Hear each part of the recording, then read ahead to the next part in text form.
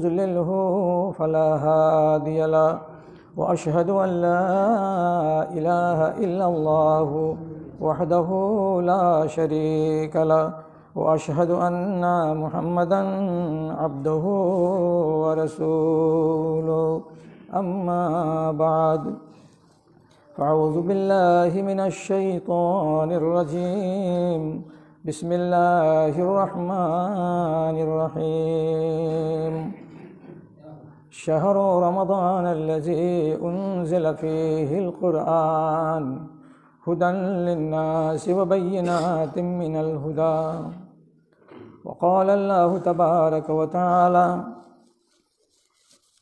إنا أنزلناه في ليلة القدر وما أدراك ما ليلة القدر गुलशन इस्लाम में फिर आ गई ताज़ा बहार जोश में आई हुई है रहमते परवरदिगार मुंतज़िर थे कब से तेरे ए माहे सयाम अहले मिल्लत कर रहे हैं दिल से तेरा एहतराम खुल गया आमद से तेरे बाब रहमत खुल गया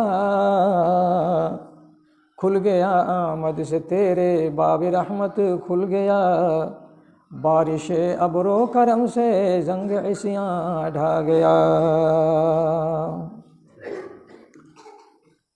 सम्मानित आजकेर उपस्थिति আল্লাহ রাব্বুল আলামিনের শুকরগুজারি করছি এবং অন্তরের অন্তরস্থল থেকে তার স্তুতিবাদ গাইছি যে আল্লাহ রাব্বুল আলামিন অন্যান্য আর যতগুলো সুযোগ সুবিধা এবং নিয়ামত আমাদেরকে দিয়ে সমৃদ্ধ করেছেন তার ভেতরে সবচাইতে বড় নিয়ামত যে আমরা এখন পর্যন্ত মরিনি, রমজানকে পেয়েছি এবং রমজানের যত রকমের ফাজাইল থেকে আমরা তার নির্যাসকে চুষে টেনে নিজেদেরকে লাভবান করার জন্য সচেষ্ট রয়েছি, নিষ্ঠার সাথে রমজানকে পালন করে যাচ্ছি। অতএব যে আল্লাহ এতটুকু মেহেরবানি আমাদের উপরে করেছেন যে আমি যাবতীয় রকমের দোষ ত্রুটি থেকে নিজেকে মুক্ত করে আমার শরীরটাকে একেবারে জমজমের পানির মতো করে পরিষ্কার করে আল্লাহ তাআলা আমাকে বাঁচবার জন্য এতটুকু সুযোগ দিয়েছেন, সেই আল্লাহ তাআলা অন্তরের অন্তরস্থল থেকে একবার তার নামাক হালালি করি, তার শুকর গুজারি করি মুহাব্বতের সাথে আলহামদুলিল্লাহ। তারপরে তার আখিরি রাসূল রাহমাতুল আলামিন বিপ্লবী জননেতা জনাবে মুহাম্মদুর রাসূলুল্লাহ সাল্লাল্লাহু আলাইহি ওয়াসাল্লামের উপর শত সহস্র দরুদ ও সালাম নাজিল হোক। আল্লাহুম্মা সাল্লি আলাইহি আল্লাহুম্মা বারিক আলাইহি। বিরাদারান ইসলাম, আজ যখন রমজান মাস চলছে, রোজার অবস্থায় আমরা আছি, তখন এই সুবাদে এটাকে কেন্দ্র করে সংক্ষিপ্ত টাইম হচ্ছে জুমার খুতবার, এই শর্ট টাইমটাকে আমরা আজকে গত করে নিই। প্রথমত কথা যে একটা খসড়া আমার অঙ্গীকার ছিল বছরখানেক আগে, ভাবতে পারিনি যে এত তাড়াতাড়ি আমাকে আমার ওয়াদাটা পূরণ করতে সময় নিয়ে নিতে হবে, যে আবার আমি আসব যেদিন মসজিদ নিজের পুরাতন জায়গায় চলে আসবে। আল্লাহর অশেষ মেহেরবানি এবং আপনাদের গ্রামবাসীর ঐক্য এবং মনের দিক দিয়ে যে আপনাদের উদ্যমটা, এটা মুবারকবাদ পাওয়ার যোগ্য যে এত শর্ট সময়ের ভেতরে এত বড় মসজিদ নির্মাণ করে দিয়ে যেমন মানুষকে কেউ তাক লাগিয়ে দেয় তেমনি আপনারা তাক লাগিয়ে দিয়েছেন। এর জন্য আল্লাহর শুকরিয়া আদায় করেন সবাই মিলে আলহামদুলিল্লাহ। তো আমার ওয়াদা রক্ষা, আপনাদের সাথে একটু মোলাকাত, দেশের মানুষ আর রমজান প্রসঙ্গে দু চারটা কথা। রমজানকে রমজান কেন বলা হয়? রম শব্দটা আরবি, এর মানে হলো জ্বালানো, পুড়ানো, ছাই করানো। তো এই রমজান মাসটা হলো কি বনি আদমের যাবতীয় রকমের পাপ, অন্যায়, অনাচার, অবিচার সব কিছুকে জ্বালিয়ে পুড়িয়ে ধুয়ে মুছে সবকে পরিষ্কার করে দেওয়ার যোগ্যতা রাখে এই মাস। তার জন্য এই মাসটার নাম এলো কি রমাদান, আরবি মাসের নাম রমজান।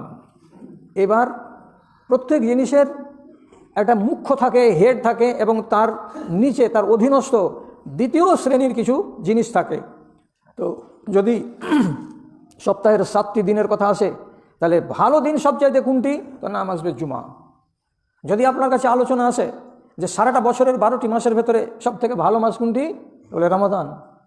যদি আম্বিয়াই কেরামদের তালিকা আপনার সামনে আনা হয় আর দেওয়ার পরে বলা হয় সর্বশ্রেষ্ঠ নবীর নাম কি আম্বিয়াদের মধ্য থেকে, তার নাম আসবে নবিয়ানা মুহাম্মদ সাল্লাল্লাহু আলাইহি ওয়াসাল্লাম। যদি আপনাকে বলা যায় জান্নাতে তো নাম হাদিস কোরআনে অনেক এবং নির্দিষ্ট জান্নাত হচ্ছে আল্লাহ তাআলার কাছে 8টি, তো 8টি জান্নাতের ভেতরে সব থেকে ক্যাটাগরির জান্নাত কোনটা, তো তাহলে তার জবাব আসবে কি ফিরদাউসে আলা। তাহলে প্রত্যেক জিনিসের কি আছে, মর্যাদাগত তফাত আছে, কম আর বেশি আছে। রমজান মাসটা হচ্ছে 12টি মাসের ভেতরে সরদার এবং 12টি মাসের ভেতরে সর্বোত্তম মাস। কিসের দিক দিয়ে সর্বোত্তম, কেন সর্বোত্তম? কয়েকটা দিক। যেমন প্রথম নম্বরে আপনি দেখবেন এই মাসের ভেতরে 1 নম্বর যেটা স্বাভাবিক সেটা হলো রমজানের রোজা। 2 নম্বরে এই মাসের ভেতরে আছে কিয়ামুল লাইল, অর্থাৎ রাতের বেলা জাগরণ। যেই নামাজটা 11 রাকাত আমরা পড়ি এটা হচ্ছে কিয়ামুল লাইল। আমরা একটুখানি কাঙ্গাল মানুষ ধর্মের দিক দিয়ে বলে সারা রাত জাগতে পারি না, অতএব ঈশা নামাজের পরে আল্লাহ তাআলার এই বিধানটাকে আমরা 45 মিনিটের ভেতরে আদায় করে নিই, এটার নাম কিয়ামে রমজান। দুটো জিনিস পেলাম এই রমজানে। 3 নম্বর জিনিস যেটা পেলাম হাদিসের ভেতরে এসেছে, রমজান মাসে কোরআন মাজিদের তিলাওয়াত, এটাও বিশাল একটা ফজিলতের। তাহলে 3 নম্বর ফজিলত এই মাসটার ভেতরে কি পেল, সেটা হলো তিলাওয়াতে কোরআন। 4 নম্বর, এই মাসের ভেতরে আছে যে কোনো মুত্তাকি পরহেজগারের জন্য বেশি বেশি যদি সুবিধা গ্রহণ করতে চান তো শেষ 10 দিনটিকে বলা হয় এতেকাফ। এতেকাফের দিন এখানে মসজিদে নির্জনে বসে মানুষ তার রবের সাথে তার লেনা দেনা চুকাতে পারে, এটার নাম এতেকাফ। এই মাসে হবে, এছাড়া অন্য মাসে হবে না। 5 নম্বর যেটা জিনিস সেটা হলো কি, রমজানের শেষ দশকের ভিতরেই আছে একটা দিন বিজোড়া কোনো এক রাত্রিতে, সেটার নাম হলো লাইলাতুল কদর, কদরের রাত। তাহলে কদরের রাতও ফজিলতের। 10টি দিন ইতিকাফ করা মসজিদের ভেতরে এটাও ফজিলতের। আবার কোরআন মাজিদের তিলাওয়াত করা এটাও ফজিলতের। তারপরে রাতের বেলায় কিয়াম করা এটাও ফজিলতের। দিনের বেলায় রোজা অবস্থায় থাকা এটাও ফজিলতের। এই 5খানা জিনিস রমজানকে বাদ দিয়ে অন্য কোনো মাসে খুঁজবেন পাওয়া যাবে না। অতএব 5টা বৈশিষ্ট্যের কারণে আল্লাহ রাব্বুল আলামিন এই মাসটাকে করলেন সর্বশ্রেষ্ঠ মাস। এই মাস হচ্ছে সম্মানের মাস। এর নাম হলো অনেকটি। এটা হলো মুবারক মাস, এটা হলো মাগফিরাতের মাস, এটার নাম হলো বরকতের মাস, এটার নাম হলো ইবাদতের মাস। তাহলে এত গুণ এই মাসটার ভেতরে আছে। এর বাইরে আপনাকে কয়েকটা কথা বলছি। রাসূলুল্লাহ বলছেন, হাদিসটা 2 রকমের আছে। কেমন করে? একবার নবীজি বলছেন, মান সামা রমাদানা ঈমানান ওয়া ইহতিসাবান গুফিরা লাহু মা তাকাদ্দামা মিন যামবিহি। কোনো মানুষ যদি ঈমান রেখে এবং নেকির আশা করে রমজান মাসে রোজা রাখে, তো রাসূলুল্লাহ গ্যারেন্টি দিলেন কি, এর আগের যত গুনাহ আছে সব মাফ হয়ে যাবে। তাহলে আগের যত গুনাহ আছে সব মাফ হবে, এই কথাটার ভিতরে মনে মনে আপনি চিন্তা করছেন কাবিরা গুনাহ মাফ হবে, মদ খাওয়া গুনাহ মাফ হবে। তো অন্য মাস হলে আপনি সন্দেহ করেন, অসুবিধা নেই। কিন্তু যেহেতু এটা রমজান মাস, এর বৈশিষ্ট্য আলাদা, এর গুণগত মর্যাদা আলাদা, সুতরাং এই মাসে যে ব্যক্তি এই নিয়াত নিয়ে রোজা রাখবে যে আল্লাহ আমার গুনাহ খাতাকে মাফ করবে, তাহলে এইখানে আল্লাহ তাআলার নবী ঘোষণা দিলেন যে তার সমস্ত গুনাহ মাফ। তো সমস্ত বলতে গেলে সমস্ত যত রকমের আছে সবই মাফ, এটা আমি জোর করে বলতে পারি এবং আমি আল্লাহ তাআলার জাতের উপরে আশা রেখে বলতে পারি।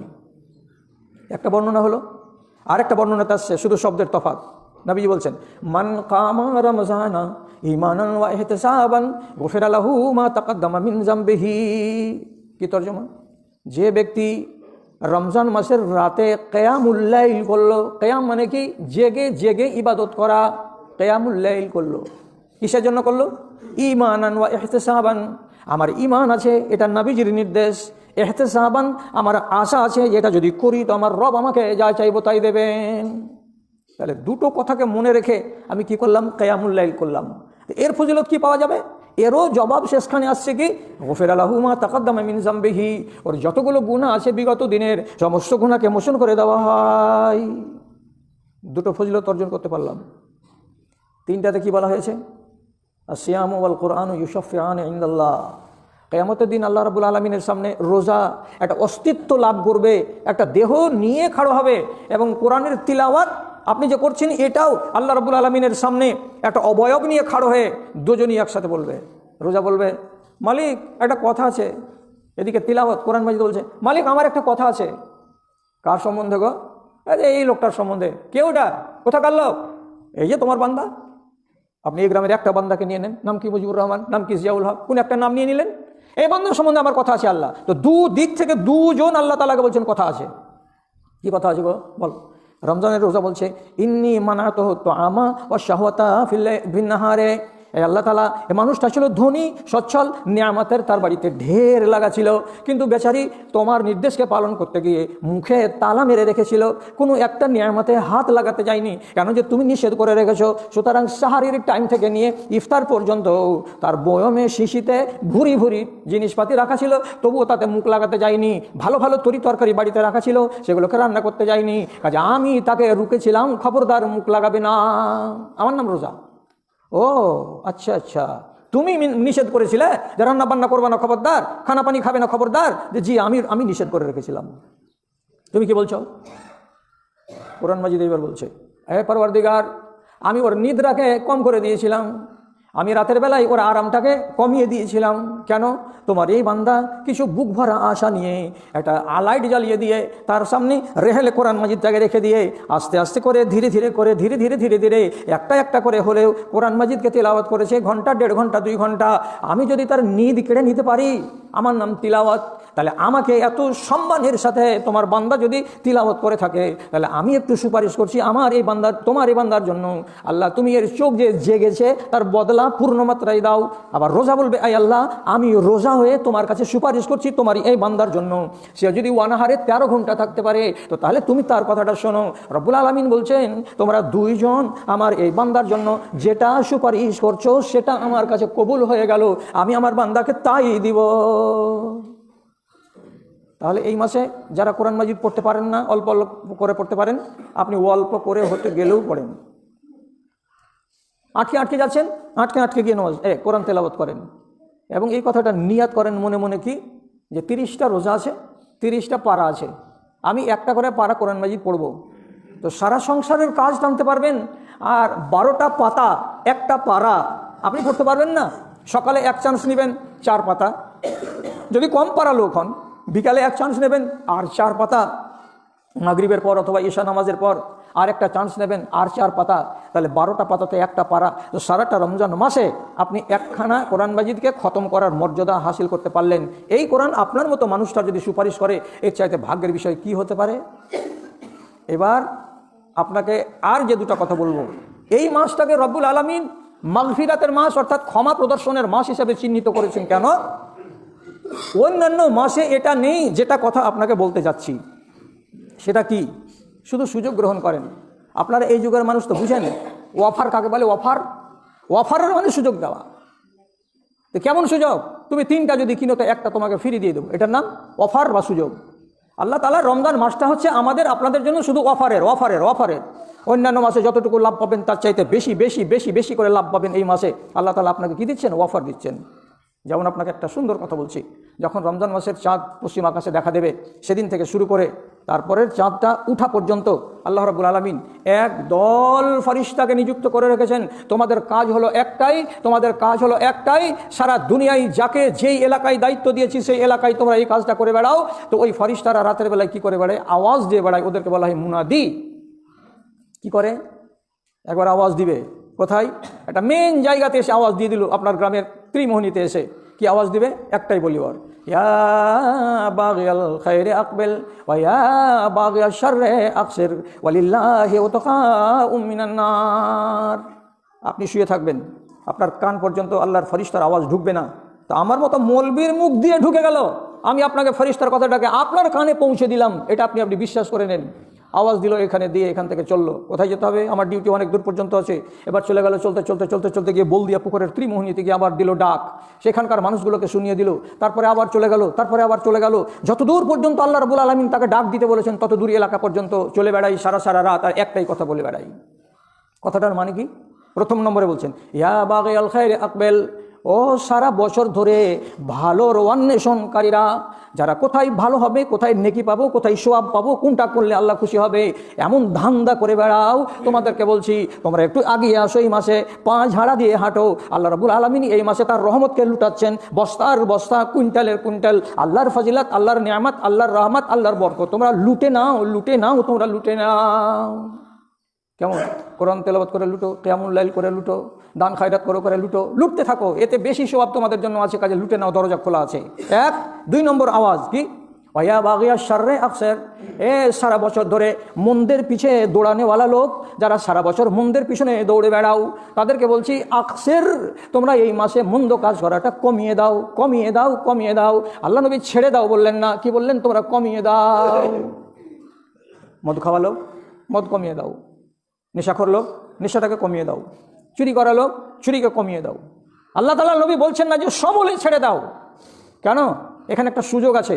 তুমি সমূলে ছেড়ে দেওয়ার কথা বলতে গেলে ও ছাড়তেও পারবে না, আর এই সুযোগটাকে সে গ্রহণ করতেও পারবে না। এই জন্য আল্লাহর পক্ষ থেকে নবীজি ক্ষমতা প্রাপ্ত হয়ে কি বলছেন? যে তোমরা কমিয়ে দাও।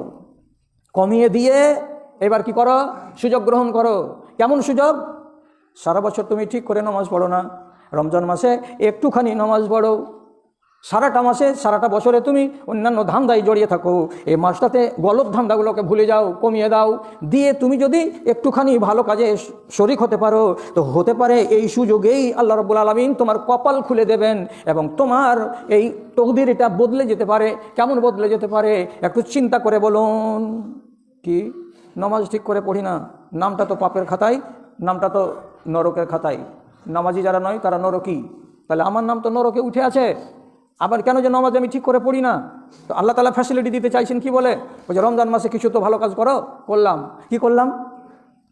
তারাবি পড়তে চলে এলাম, রোজা রাখছি। লোকে বলছে যে রমজান মাসে এইরকম করতে হয় না, এই জন্য এইরকম মসজিদ কেন? ভারতবর্ষে যত মসজিদ বলবেন রমজান মাসে কানায় কানায় ভর্তি হয়ে যাচ্ছে। এর ভেতরে কি আছে? চোর আছে, ছাচ্ছড় আছে, লম্পট আছে, মদখোর আছে, সুদখোর আছে, সব রকমের লোক আছে।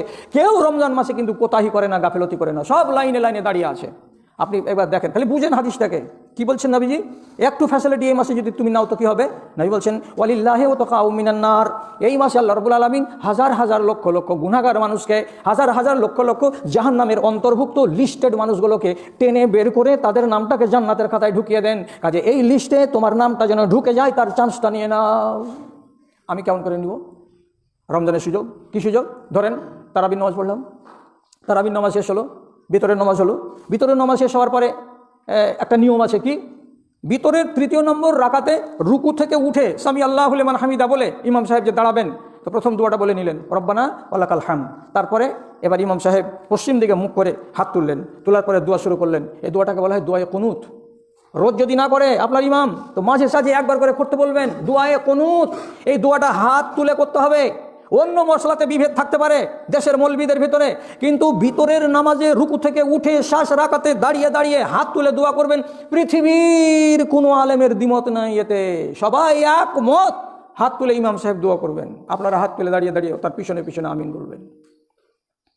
ধরলেন ইমাম সাহেব দোয়া করছে, কুনুতের দোয়া হলো, তারপর আরও দোয়া পড়বে 2, 4, 5, 10, 20, 30টা যা পারবে তা দোয়া পড়ছে। যেমন আল্লাহুম্মা গফিরিল মুসলিমিনা ওয়াল মুসলিমাত, থামবেন আর বলবেন, থামবেন আর বলবেন, যেমনি থামবেন আপনারা সবটি বলবেন আমিন। আবার মৌলানা সাহেব বলছেন আল্লাহুম্মা গফিরিল মুমিনিনা ওয়াল মুমিনাত আমিন, আল আহইয়াই মিনহুমুল আমওয়াত আমিন। তো আপনি আমিন আমিন করছেন আর ইনি দোয়া বলছেন। দোয়াটার তর্জমা কি? হে আল্লাহ, যত মুসলমান নর এবং নারী আছে সকলকে তুমি মাফ করে দাও। কি বলেছিলেন আপনারা? আমিন। তারপরে ইনি বলছেন আল্লাহুম্মা গফিরিল মুমিনিনা ওয়াল মুমিনাত, হে আল্লাহ, যতগুলো দুনিয়াতে মুমিন আছে নর এবং নারী সকলকে তুমি মাফ করে দাও। আপনারা কি বলেছিলেন? আমিন।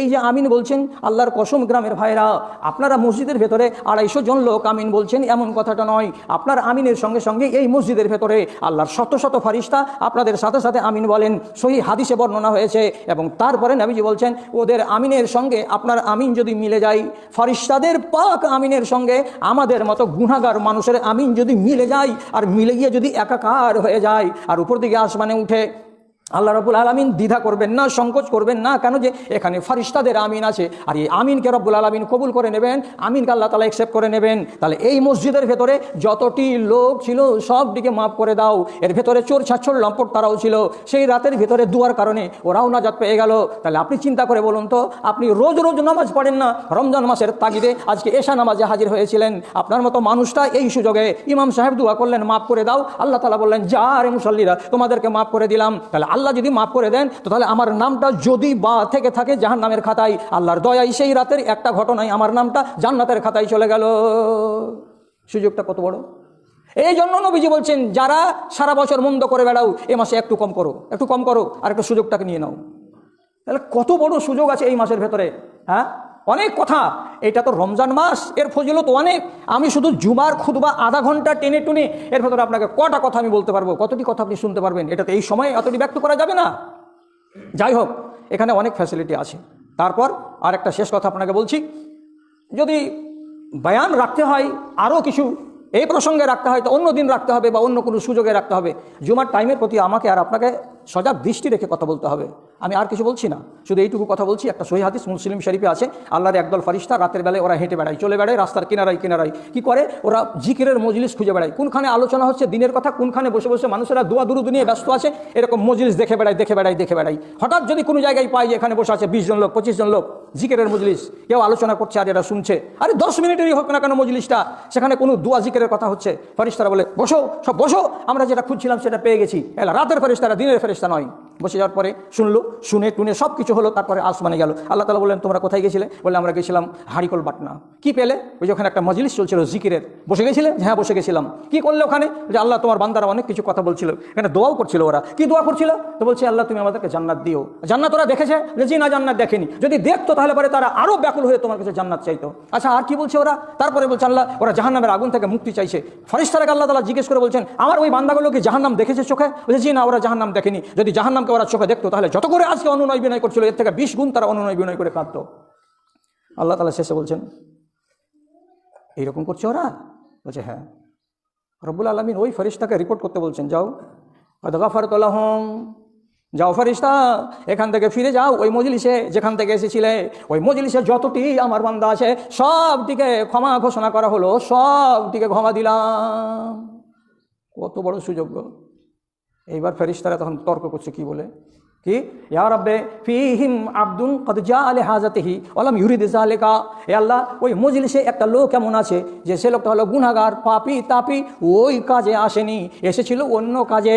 তার মানে কি? ওই যে যাবে হাঁড়িকল বেসিক চা খাওয়ার জন্য, কিন্তু মানুষের ভিড় দেখে ওখানে ঢুকে গেল, ওর গরজ এটা ছিল না। তো সে লোকটাকে কেমন করে মাফ করা যায়? তখন আল্লাহ রাব্বুল আলামিন আবার জবাব দিয়ে বলছেন লা ইয়াসকা জালিসুহুম আল ইয়াউম, আজকের দিন ওই মজলিসে যেই বসেছে, চোর হোক, লম্পট হোক, সুদখোর হোক, মদখোর হোক, যেই বসুক না কেন, যেই কাজের জন্য আসুক না কেন, ওকে আমি মাফ করেছি তো মাফ করে দিয়েছি, কাউকে বাদ দেওয়া যাবে না। এত সুন্দর হাদিস মুসলিম শরীফে আছে। শেষ করছি বলা, কি শেষ করছি? রাসূলুল্লাহ দান খুব বেশি করতেন রমজান মাসে। গরিব মানুষ হতে গেলেও যা আসতো পকেটে ঝেড়ে ফেলে দিতেন। আপনারা আপনাদের সুনাম সুখ্যাতির আলোচনা মোবাইলের মারফতে দুনিয়া চলছে, আবার চলবে।